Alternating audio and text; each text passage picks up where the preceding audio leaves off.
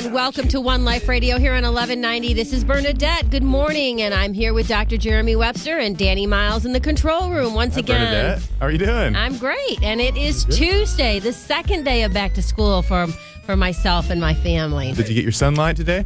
Did I get my? You know what? I did not, and it's not very sunny either. And what a clever little way to segue into what we're going to talk about today. We are going to talk about, per a listener's request, when we did the show yesterday, she wanted to hear more about vitamin D and kind of demystify it. It seems to be kind of a vitamin that's got a lot of components to it, and just things that affect other things. And then there's vitamin D2 and regular vitamin D, vitamin D3, you know, and then there, you always hear about mixing vitamin D with calcium because it helps with absorption. And she wanted to have kind of like a vitamin D for dummies show. So that's what we're going to do today. Vitamin dummy.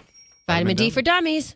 Yeah, vitamin D is it's one of those things that affects so many things because it's not just a vitamin.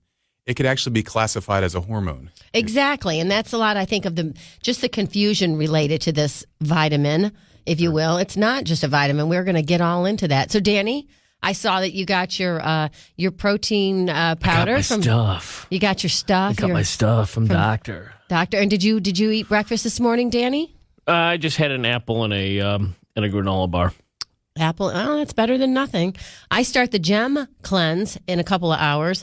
I am going to supplement it with protein just because my nutrition's a little. I need a lot of protein right now. I've just been a little off my immune system, but I'm looking forward to doing it. So I completely clean my system out for the next 4 days. Don't neglect the protein though, because your immune system, those little particles that are your immunity, they're made of protein. Right. Don't forget that. No, I'm going to do that. I'm going to do protein while I'm on the cleanse as well. So, but you know, any kind of healthy regiment like that, or regime, is good. Eat for 4 days to get yourself, off the coffee, off the alcohol, or smoking, whatever it is you do that's bad for you, and just cut it out for 4 days. Yeah. Did they do a lot of juicing on that? A lot of juice, or is it just whole raw vegetables, or just a combination it's juicing. of both? It's all juicing, and you can get the fabulous juices at the Gem. Yeah. Oh wow. Okay. Now, don't you get hungry? Don't you get hungry on those cleanses? You know what? No, I don't. Because the juice that you're drinking is so nutrient rich, it really makes you feel good. And they have a cashew milk. Oh my gosh! I'm going to bring you a cashew milk.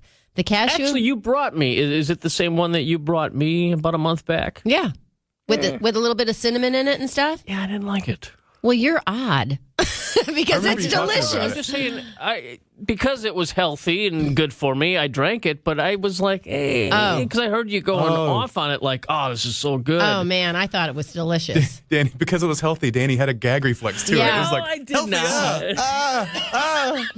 Well, compatible. They just mix it with a little bit of cinnamon and a little bit of maple syrup, and then the cashew, milk, and with purified water, and it's outstanding. I mean, once I start sipping on it, I feel like I'm a 1-year-old trying to get off the bottle. I can't stop sipping it. So. I remember you talking about how good it was. It wasn't bad when I added sugar to it. Just kidding. There you go. Yeah, maybe you should have stirred it with a pixie stick before you drank it. Hey, never thought of that. Or maybe some of those little sugar straws where you suck up sugar while you're consuming milk. Yeah, the fun dip. It needed more food dye. Yeah, more food dye. Calories. Exactly. I miss my dye number 7. You know. Yeah. Yeah, I'm going to get next time. You know what? I thought of you. I was in the neighborhood Walmart. I was in the neighborhood Walmart last week, and I thought of you when I saw those, and I almost picked you up a couple of. You're in Walmart, and you think of me. What does that tell our listeners? No, I mean, I was in Walmart shopping, and wife beaters. I was looking at the sippy straws that have all the fake stuff that you consume, that you suck down your throat as you, drink your milk. And I know how you like stuff like that. So, Danny, have you seen the People of Walmart website? Yes, I have. Have you seen that, Bernadette? The what? The People of Walmart. Oh, yeah. In a very inappropriate clothing. Yeah, that's why I said, okay, I thought of you the other day. I went through Walmart, and I'm like, oh, really? Well, and you have to ask yourself, do those people look in the mirror before they go out of the house? And they go, really? I look hot. The spandex Are you is kidding still me? in. Are you kidding me? I think they might have looked hot 20 years ago when they first bought that outfit. Oh, my gosh. Yeah. 20 years later and 150 pounds later. Yeah. Wow. Not so hot. Yeah. I was at Walmart Sunday night waiting outside while my daughter ran in. Craziness because it was back to school the night before. Everybody shopping for all their, back to school lunches and things like that. You don't go to Walmart the day before school starts. Stuff happens, okay? Stuff happens. Went to another store earlier and they didn't have what we needed, so we found ourselves there at 8:00 at night. Well, whenever I'm kind of suffering from low self-esteem, I go to Walmart and then after that I take a trip to CC's. Then I feel really good about myself. Just kidding. Just kidding. Oh, my gosh. All right. Well, hey, real quickly, you were talking about it being not sunny or kind of a hazy sun, but we're talking about vitamin D. It's a myth, though, right? You get just as much sun in a hazy sun than you do in a bright, sunny day, right? You can burn just as much. That's what I mean. But it depends. There's one type of UV ray that will burn you, and the other type that allows you to absorb vitamin D. I know, teacher. Perfect. I know, because I did my homework last night. You're talking about UVB. Yeah. So just because you're burning doesn't mean you're getting the correct sun, the right sun. Okay. And they even make tanning beds specifically for this health conscious tanning beds where they have the ballast block, so you're not getting all the electromagnetic rays, and they make the bulbs where you're only getting the type of UV that penetrates and causes vitamin D creation, but it doesn't make you tan at all. But you still get the So obviously the Jersey chick didn't get that. No, the orange paint that she rubs on her skin doesn't give her vitamin D. For those who don't remember, it was like about 2 months ago where the mom from New Jersey got, a little bit more than a hand slap for tanning too much and having her kid who's under the age. And that's another thing, too. After the break, we could talk about how young is too young. Yeah. I thought you meant Snooki when you were talking about the Jersey. Orange Jersey chick. Don't you remember, though? She's the infamous orange woman. Yeah. Oh, I know who you're talking about now. That's a Jersey thing, though, right? The other orange Jersey woman. Yeah, do you remember that story about that? Yeah. But that leads into, how young is too young, and how much sun should a child get? Mm-hmm. Well, I have never seen Jersey Shore. I've never seen the show Jersey Shore. I've only seen maybe 10 minutes of it. I'm with you. 10 minutes, and that's just because I happen to have it on. But they were talking about it on the radio this morning, and 10 minutes and how it's really changed. Just changed this country a little bit. And anyway, having said that, for the better. I've not seen it. Probably not for the better. Yeah. So I think all those reality shows kind of led us down the wrong path. Yeah, I'm with you. All right, you are listening to One Life Radio here on 1190. We have Dr. Jeremy Webster here today, and we are going to talk about vitamin D and other crucial vitamins and minerals that you may be missing. We'll be back right after the break.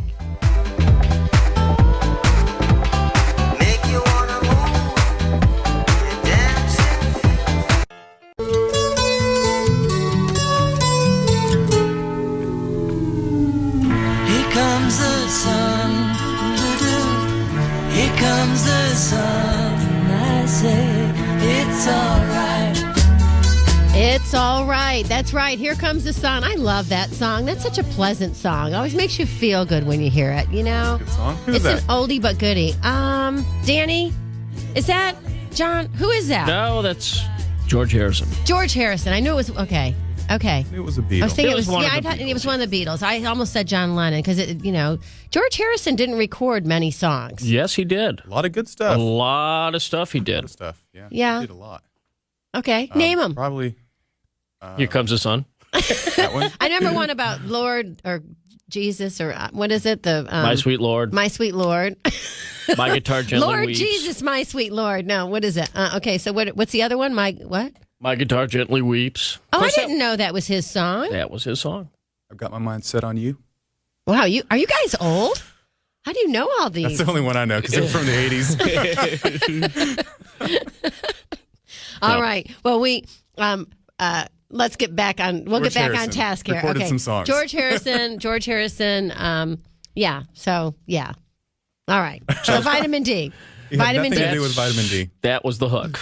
Here comes the sun. Here comes the sun. Here comes vitamin D. Vitamin D. George Harrison got thrown in there. And so here we go. All right. So vitamin D. It kind of seems like, that doesn't seem like it is. Vitamin D is in the news almost daily for its health properties. And I think that's why people, get so confused because you have all these reports out there, and it's hard to keep them straight. So, what is all the fuss over vitamin D these days? And my question specifically is, does it boost the immune system? Oh, yeah. It absolutely does boost the immune system. The fuss, it's kind of funny to me because in functional medicine circles, natural medicine circles, this is 15 to 20-year-old news to us. So we kind of laugh about it. They're like, we're like, in another 10 or 15 years, they'll be talking about vitamin K. You never hear about vitamin K. Yeah. But 15 to 20 years ago, we were talking about all the importance of vitamin D. And now, 20 years later, 15 years later, the press is like, breaking news. Vitamin D is good for the immune system. Vitamin D is good for your bones. Well, and I didn't know this until just over the last weekend that they use vitamin to describe sexual, activity. Spit it out. What? I don't know what you're saying here. Vitamin P. Vitamin P? That's like a joke, and I didn't know that. I'd never heard that before. Right. Have you ever heard that, Danny? No. So you're telling me that vitamin D helps the male pee? No, I'm just saying that it's like a slang out there. It's like a joke. Oh, okay. No, I never heard that You one. never heard that one? Never heard that. Okay. All right. Let's get it back on track. Let's get it back on track. Take a left here. Vitamin D, the beautiful thing about vitamin D is, as I said earlier, it's not just a vitamin. It's not just this hydrocarbon compound that we need, like vitamin C, for instance.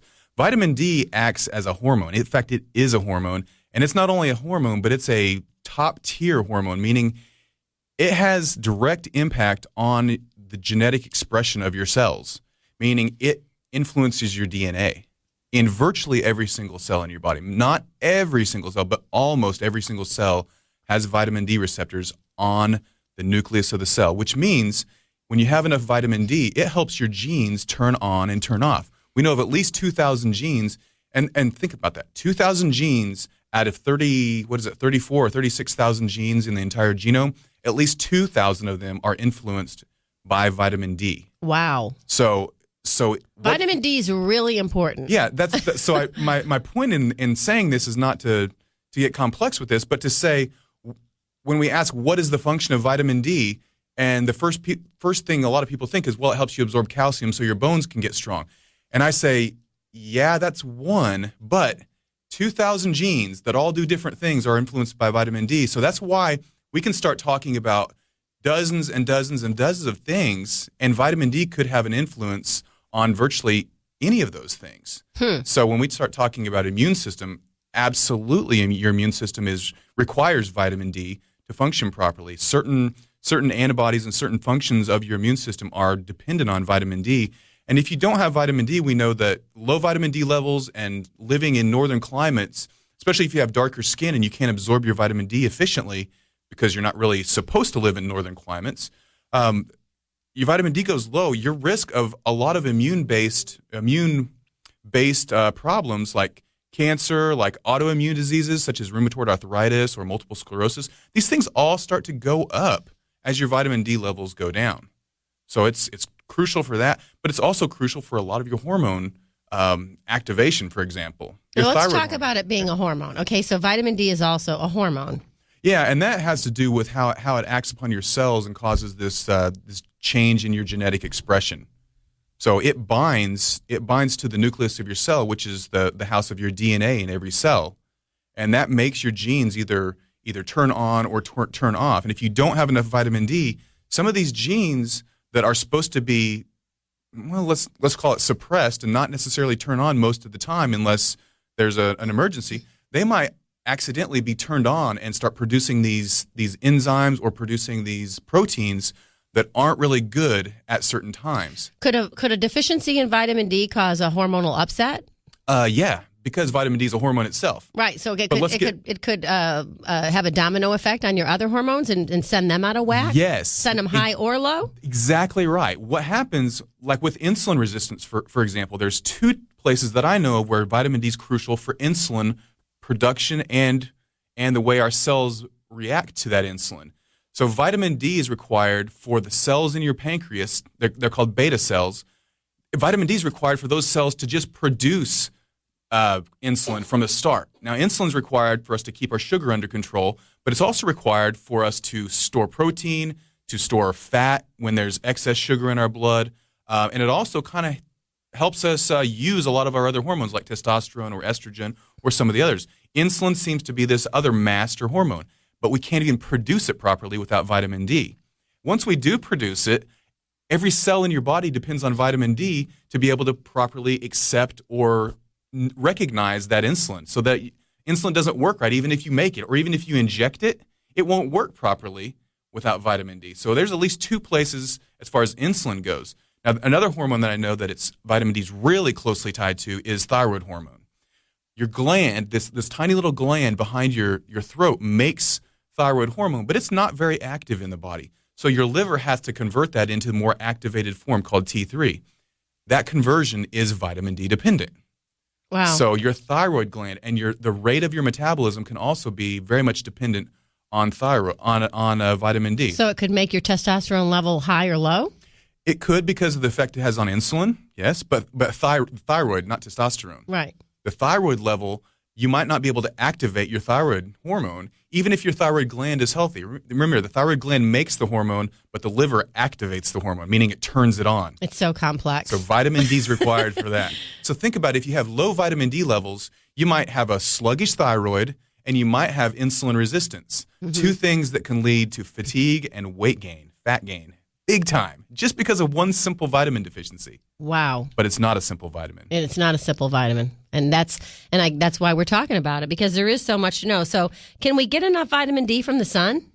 Yeah, you can. You can. If you live in a climate that's compatible to your skin type. Right. Why do black people live on the equator in Africa, and why do very white people live in Northern Europe? Mm-hmm. Because in Northern Europe, the sunlight is very weak, so you have to have light skin, otherwise you die. Otherwise, you can't absorb vitamin D properly. If you live in a northern climate, you have to have very white skin to be able to make any vitamin D. So yes, you can. If you're in Africa, you have to have real dark skin, otherwise the sun will just fry you all the time. It's not compatible. The skin synthesizes it? Yeah, the cholesterol in your skin is where vitamin D comes from. The sunlight penetrates that, hits the cholesterol, knocks it off its binding, and then it starts converting through the liver and through the kidneys, and finally, after 2 or 3 conversions, it gets converted into the usable form, the hormone form of vitamin D. So yes, I've got to clarify this. Okay. Though. Yes, you can get enough sun if you live in the proper climate for your skin type. For your skin type. And if you're outdoors every single day, exposing a lot of skin year round. Okay. How many people do that? Well, and so there's some, just one little vitamin like this. I have so many questions. So, as I was reading last night too, and so there's vitamin D, there's vitamin D2, vitamin D3. Mm-hmm. Let's start with just good old straight. Right? When we're talking about vitamin D, you are talking not D2 or 3. No, that's not quite right. Vitamin D2 or vitamin D3 are just different vitamins, different vitamin forms of vitamin D. Okay. And there's no such thing as just vitamin D. It's one or the other. So as your body breaks that cholesterol, as the sunlight breaks that cholesterol off the skin, and it starts going into circulation, it gets converted to D2, then D3, and then the hormonal form. Gotcha. So when you start taking a supplement, you want to take vitamin D supplement in the D3 form. It's very easy for your body to convert that into the hormonal form. It's very simple.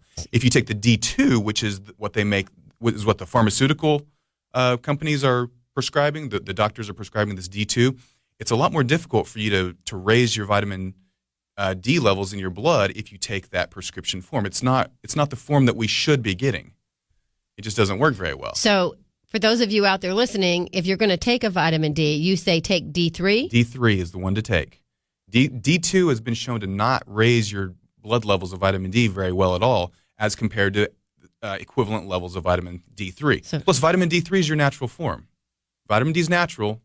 We don't need to go to a pharmaceutical. We can get very high-dose vitamin D3 if we need to really boost your levels, and it actually works. Are there supplements out there that have all of them, the regular D, D2, and D3 in one? No, that's what I'm saying. There is no such thing as regular D. There's no such thing as regular D. You're either taking D2 or you're taking D3. Wait, I gotcha. Because they call it, on the shelf, you'll see, 100 bottles of all different brands, and you've got D, and then you'll see D3, and I've always been confused about it. Truthfully, it's very confusing. Yeah, no, it's simple. D3 needs to be the form that you supplement with if you're going to supplement, and you need to supplement in the proper amount. Now, going back to your sunlight question, I said yes that you can make enough from sunlight, but the truth is, what did I describe? I described being outside with a lot of skin exposure daily. Nobody does that. We live in houses, we work in buildings, we drive in cars, we wear clothing. We don't live like the ancient man lived. Ancient man being outdoors with very little clothing on, outdoors all day long, they could absorb enough vitamin D. We simply can't, because there's been studies shown even in Miami, Florida, the sunniest place in America, that a lot of people in Miami are deficient in vitamin D. Wow. Well, we're going to talk about what the risks are of being low in vitamin D, zinc, and a lot of other vitamins out there. You are listening to One Life Radio here on 1190, and you have been listening to Dr. Jeremy Webster at CompleteHealthDallas.com. That's CompleteHealthDallas.com, 972-735-0707, 972-735-0707. We will be back right after the break.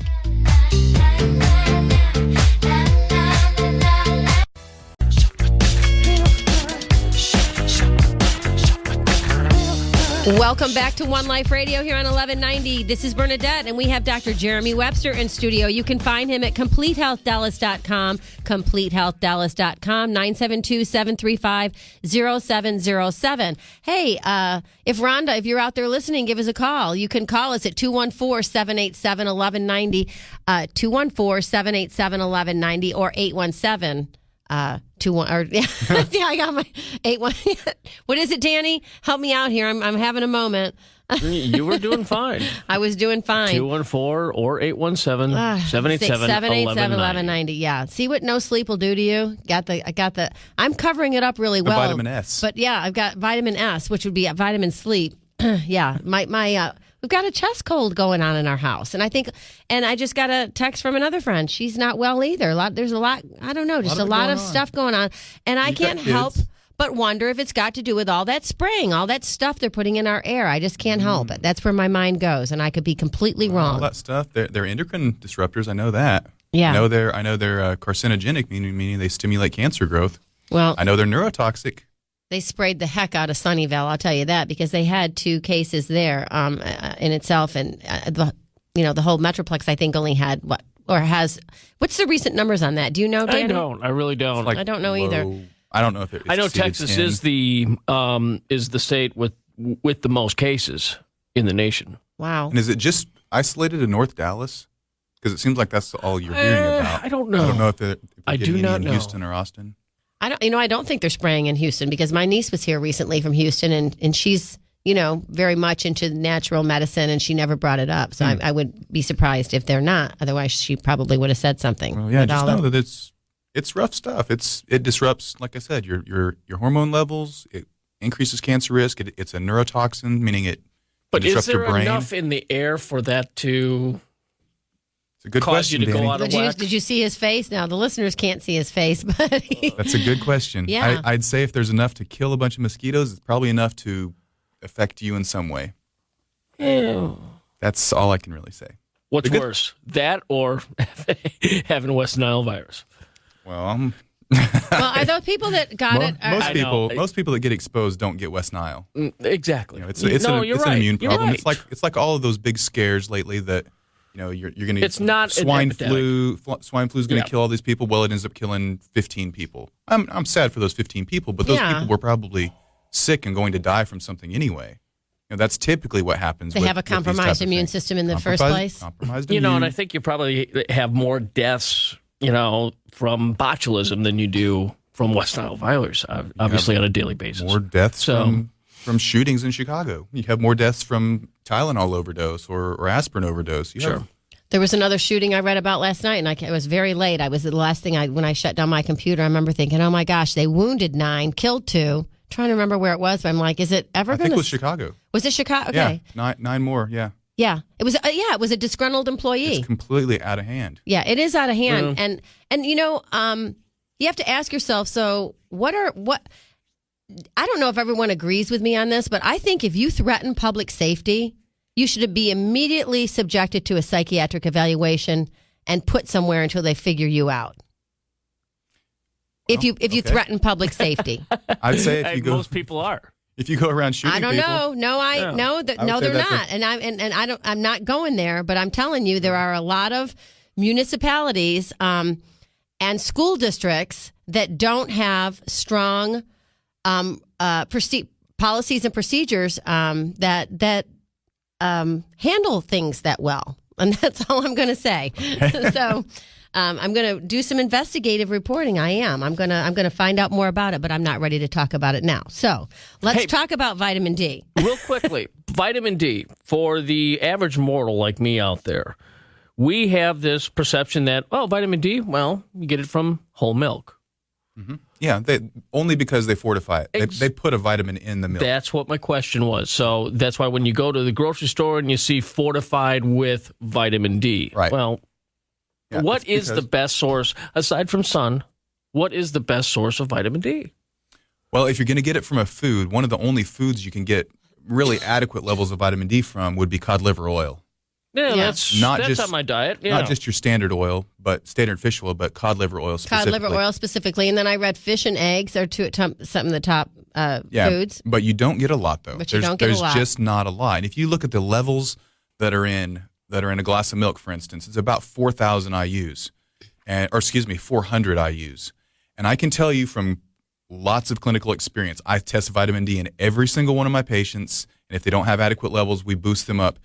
I give them 5,000 to 10,000, sometimes as high as 15,000 IUs per day for 3 months, and I still see increases, but it takes 3 months at 10,000 IUs a day to get them into adequate range. Wow. So what's 400 IUs going to do if you're deficient? It's going to do nothing. No matter if you drink milk every single day at 400 IUs, it's not doing anything.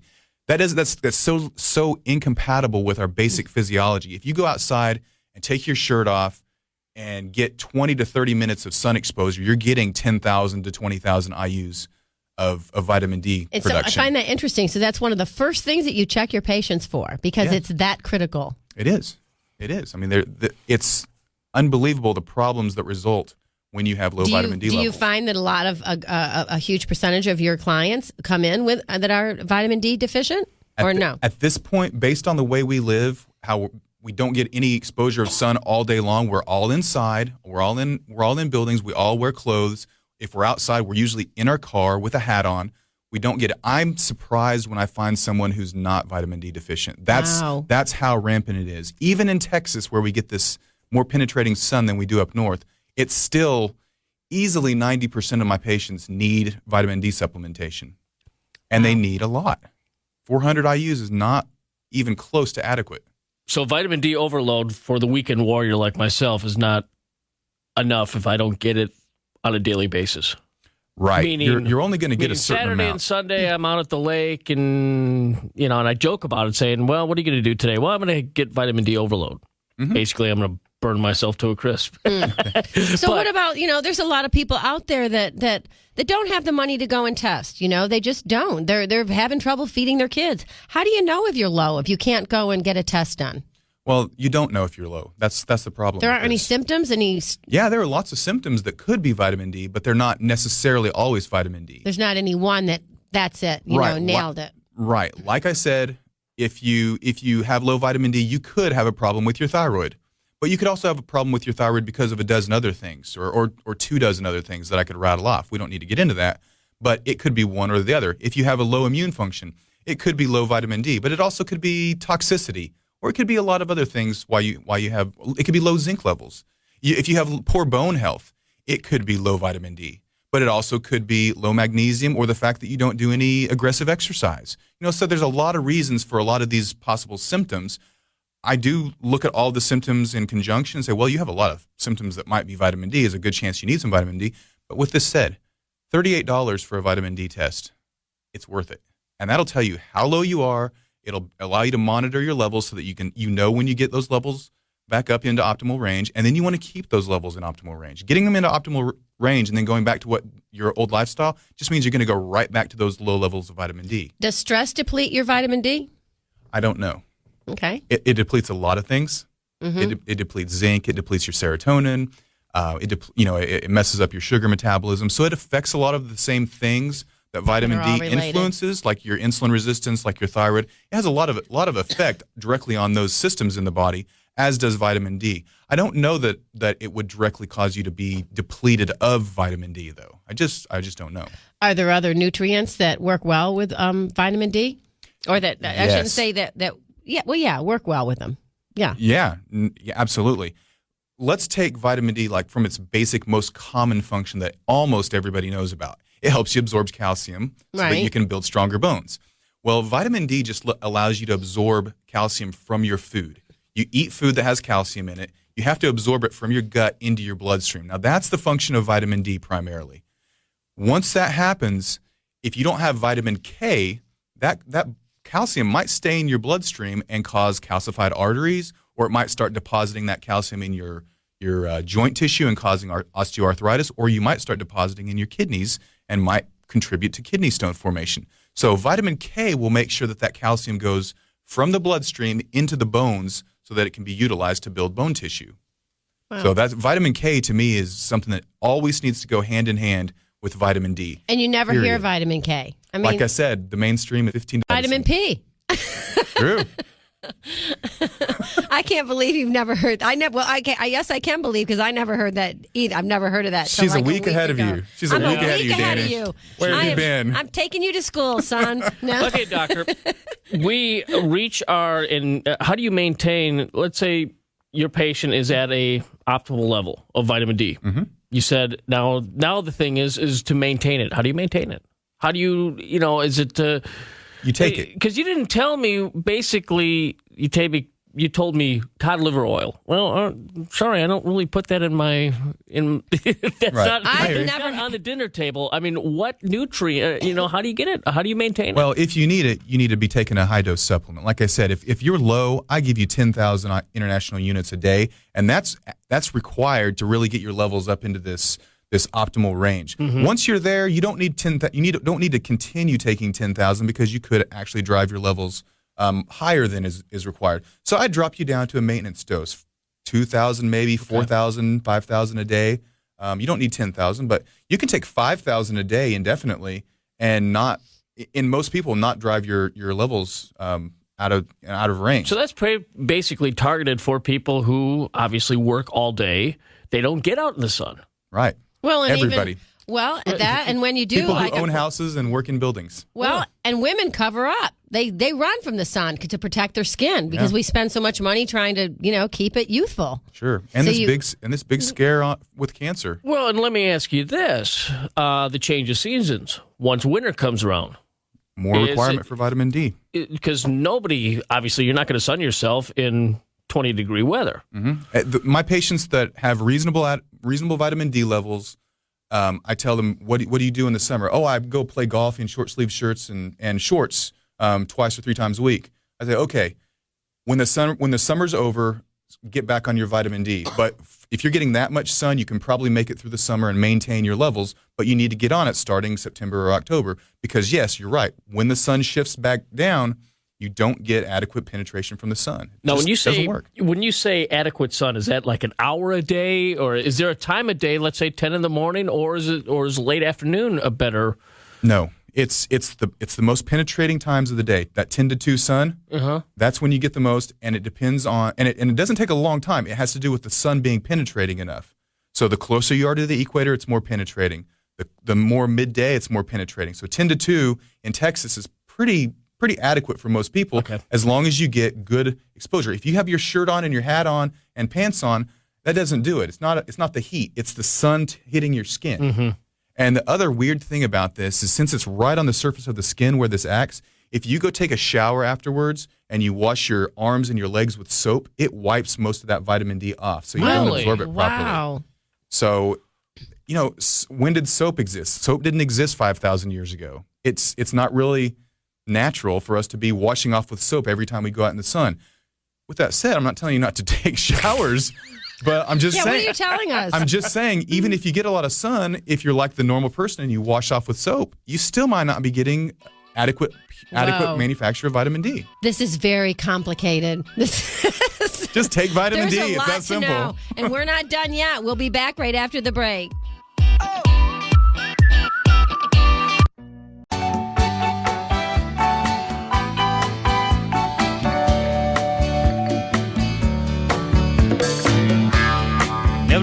sponge cake,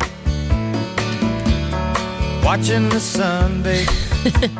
Thank you for that, Danny. Danny is he's a music expert. All this sun makes me want to grab a margarita and kick back. Get out in the sun. But it's only Tuesday. It's only Tuesday. It's only Tuesday. And it's only 10 till 10, or 10 to 11. Seize the day while you may, Danny. You know, that's not a bad thing. What, too early for a scotch? Scotch? No, I don't know about that. Gotcha, Danny. Maybe wait till after work. You beat me to it. Yeah. Are you guys both scotch drinkers? No, I'm not. No, not really. No. What do you drink, Dr. Jeremy Red Webster, wine. when you drink alcohol? Malbec. Malbec? Red wine. Okay. And we know that's another.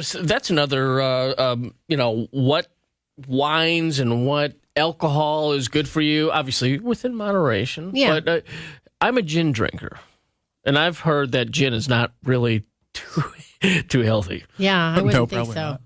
The more pure it is, the lighter the color it is. The triple, quadruple, or 5 times distilled vodkas are going to be the best because you're not going to have any allergenic portion. Excess alcohol of any type is going to be a problem. But when you get into the ones that are like the really dark, the scotches, the whiskeys, there's a lot more in those things that are dangerous or damaging. You'll get a lot more of a hangover, for instance, from drinking whiskey than you will vodka. Really? Just because there's other things in the whiskey. And I don't want to get into the details of that. Yeah. We got too much to cover here. But Yeah, we do. Yeah, that might be a good segment for a show That would be a sometime. great segment. Maybe we can do that next The Friday. best of the worst. Yeah. All right. Yeah. Well, and on Thursday, we have a great guest coming up. We have Sarah Lee Goff, the CEO and founder of Condoms to Go and Sarah's Secret. So, Is she the one that told you about the vitamin P? no, somebody else told me. But speaking of vitamin P, there's a lot of it out there with all this 50 Shades of Grey and all this business going on. We're going to discuss all that on Thursday. Yeah. So, Hey, one thing I wanted to mention before, Dan, I don't think I answered Danny's question very well. He asked how long do you have to be. So he says he gets the weekend fries, weekend burns. You don't need to do that. If you have adequate exposure to the sun, 20 to 30 minutes is plenty. You don't stay long enough that you burn. Just 20 minutes and you get full production of vitamin D. You won't make more if you stay out 2 or 3 or 4 times longer. You don't make more vitamin D. It shuts down. So a good example is for the people who want to take a lunch break.